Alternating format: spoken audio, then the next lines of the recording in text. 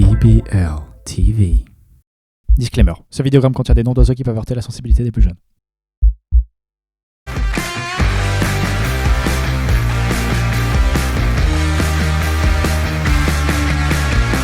Mais pourquoi les gens ils achètent des skins super chers alors qu'ils pourraient acheter d'autres trucs?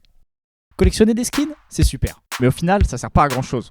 Simplement des pixels qui n'apportent aucun avantage compétitif et qui ne sont même pas transférables d'un jeu à l'autre. Pour comprendre tout cela, nous sommes rendus sur Steam, la plateforme qui a vu naître ce phénomène d'objets super chers et qui n'existe même pas. Ici, c'est un peu comme un marché où l'on vend plein de belles choses.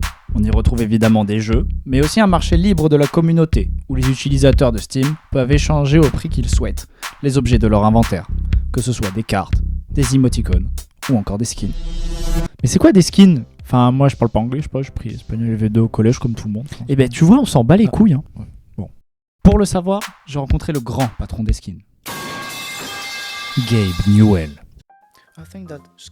Les skins, c'est un petit peu comme des beaux habits, vous voyez. Ça permet de vous sentir mieux dans votre peau, plus à l'aise. Alors évidemment, Louis Vuitton n'est pas accessible à tout le monde. Mais contrairement à la vie réelle, c'est nos clients qui fixent les prix eux-mêmes. J'ai introduit les premiers skins dans mes jeux en 2012 pour Dota 2, en 2013 sur Counter-Strike et en 2015 sur Team Fortress 2. Depuis la première introduction de skins, tous nos concurrents ont essayé de nous copier. Mais jusqu'à présent, aucun n'a réussi à nous égaler. La chose la plus logique était donc de rencontrer Che Fang, PDG chez Riot Games. Mais mec, mais ça va pas te dire des trucs comme ça. Enfin, l'accent c'est super raciste. Alors si, je peux, figure-toi. Parce qu'en fait, la Chine c'est un pays développé. Du coup, je peux dire ce que je veux. Ah, ouais. Chiffon, vous partagez une vision très différente de celle de Gabe Newell vis-à-vis des skins. Comment est-ce que vous voyez la chose? Eh bien, nous, chez Riot, nous avons une vision plus avant-gardiste des skins. Ici, il n'y a pas forcément de casino ou d'échange entre les joueurs. Dans notre cas, il s'agit plus de fournir une expérience de jeu plus agréable pour nos joueurs. Les skins, c'est bien plus que de la vulgaire peinture sur une arme virtuelle. C'est un sujet complexe qui prend en compte plein de paramètres super compliqués. Tous ces skins ont des points communs que je vais énumérer successivement en 3 points. 1. Les caisses.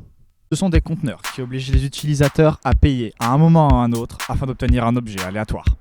2. Ils sont uniques. Chaque objet est unique et possède des caractéristiques spéciales qui varient en fonction du jeu. On parlera de float et de pattern sur Counter-Strike, d'effets et de sorts sur Team Fortress et de types sur Dota.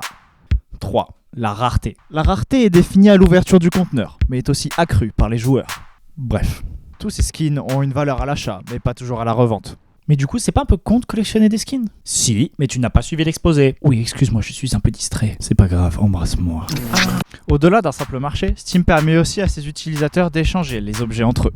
Cela donne naissance à une essor de sites tiers permettant d'obtenir de l'argent réel provenant d'objets virtuels. Même si je maîtrise désormais les bases des skins, je n'ai toujours pas les raisons qui poussent un être normal à l'achat d'autant d'objets virtuels.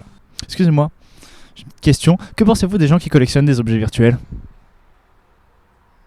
C'est une statue. Pour mieux comprendre, nous avons pris contact avec un expert nommé Digibril, psychologue chez lui depuis 2012. Je lui ai posé quelques questions et j'ai enfin commencé à comprendre. Et franchement, sa réponse était super intéressante. Car au final, les gens collectionnent des objets virtuels ou non pour ressentir l'appartenance à un groupe, prolonger leur image d'eux, ce qui invoque aussi une sensation de contrôle, de complétude et de nostalgie, ce qui génère en eux beaucoup de dopamine.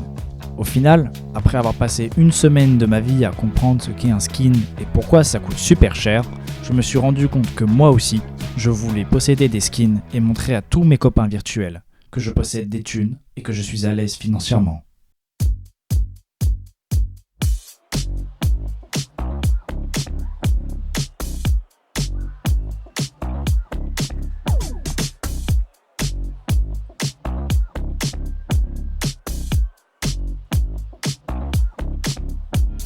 Le bruit du pull. Il ne fait pas de bruit, mais la friction, oui. Le bruit de mon cœur.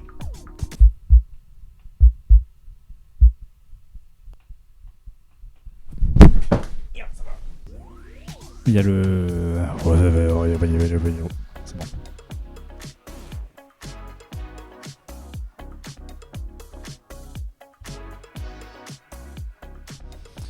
Attends, il balance, ça me fait...